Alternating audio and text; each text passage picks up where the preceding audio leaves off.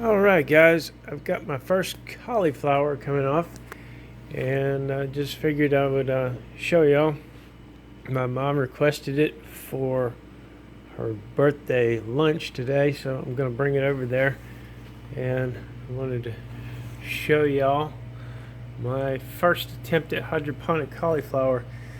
And as we can see, we got more aphids aphids all over the place. I did think of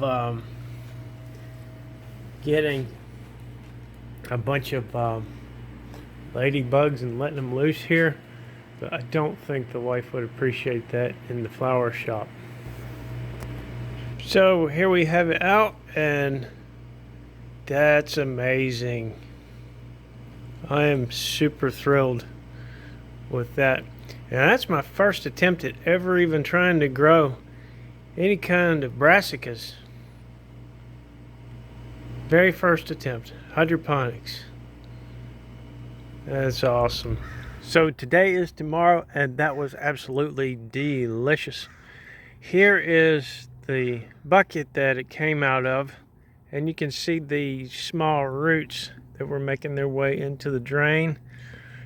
They didn't seem to be an issue because, as you can see, the water line right there remained where it needed to be, which is right under 2 liters. So like 1.75 liters is what we have in the reserve. Doing it this way and mounting the drain there.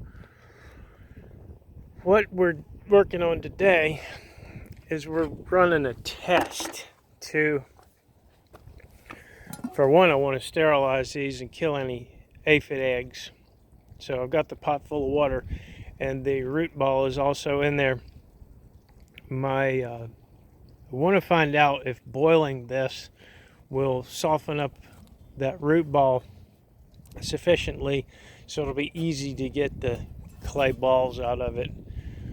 And it's about 50 degrees out here, slight wind coming out of the north. It's going to be, I'm not really looking forward to how much propane this is going to use, but if this works, I will be able to upscale this with that 55-gallon drum and throw all the root balls in there at once. And, when it's warmer and more efficient to do this. But for now, this is just a test. We're going to run this and see how it does. I figured we could go ahead and weigh this propane tank here at the beginning and at the end.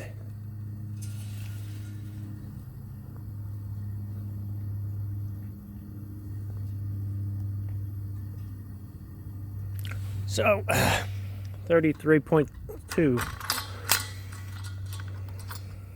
All right, we'll check that out later. All right, we ain't there yet. I done dicked around, pissed away almost an entire day messing with this. I think the regulator is bad on my hose, so I've been running all over town trying to find a replacement, and I can't because it's some weird oddball size. So let me show you what I'm going to do. Okay, so here we have the bum regulator.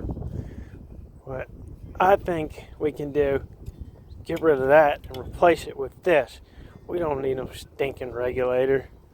And I believe that if we put this on here like that, and that right there like that, and that on the burner, it'll be way more better and give us lots of fire. So we're going to do that. Alright, well that worked, but now the wind is blowing like 20 miles an hour. But at least we got our flame fixed. So we'll check back in a little bit. Well, looky here. We didn't have any of these a few years ago. That's a kudzu bug. Enjoy your sauna. 2:35 in the afternoon, and we finally hit on a rolling boil. We'll go ahead and get a wiggle weight of our propane bottle.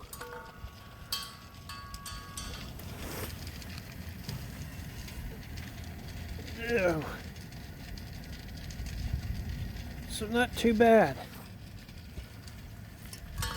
I was thinking it was going to be a lot worse than that.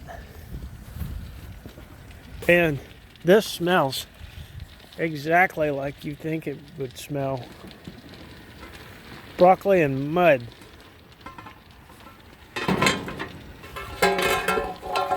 Mmm.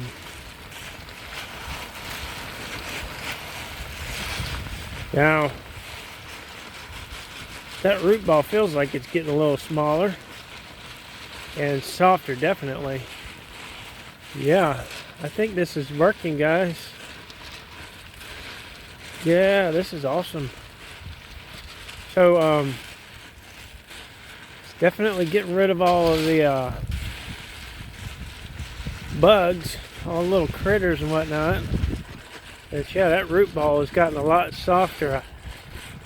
It felt like about 75% of this was root ball, and now it feels like maybe 10%. It feels almost gone. So I'm gonna boil this. I really don't think it needs to go all that much longer, but I think I'm gonna let it boil another half an hour, and then soup will be on like a pot of neck bones. Well, this was the worst part of it. And even if I were to just throw away that little bit, I wouldn't be losing much. But so yeah, that worked way better than I was expecting it to, actually. Now, of course, you know, different plants are going to have different root structures, but for brassicas, this is on point. And when I was picking it out of the fryer, just with my hands out of the boiling water, you could pick up little bits of it, and it would have the balls stuck to it, but you just shake it and the balls would come right off. So yeah, most of it's already gone. This is just the last bit. And I'll show you what it looks like after we drain the water, I guess. So I just dumped them all out in there, and not many of them fell out. A few did, but I'm gonna rinse them off in that and be done with it.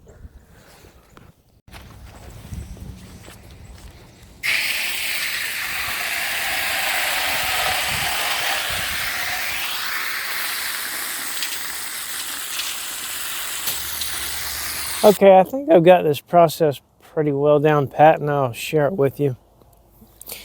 While I was boiling that, this strainer was an afterthought. I saw it in the shed, and I figured, man, I should have had that in there to begin with. So next time, I'm gonna use this in the pot and just put my root ball in there, fill it up with water, boil it that way. And then after it gets done boiling, I'll just pull it out, dump about half of them in here, and hose it off. What happens when you hose this off is that the roots get hosed off of the clay balls, and they get stuck in the screen on the bottom here.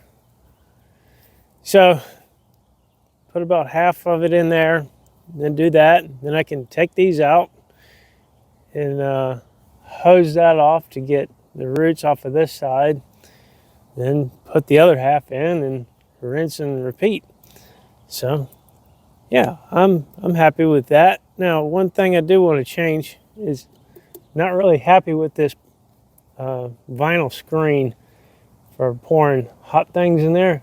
I'm going to end up changing this out for some either galvanized or stainless steel screen. All right, that's about it for this one. Later.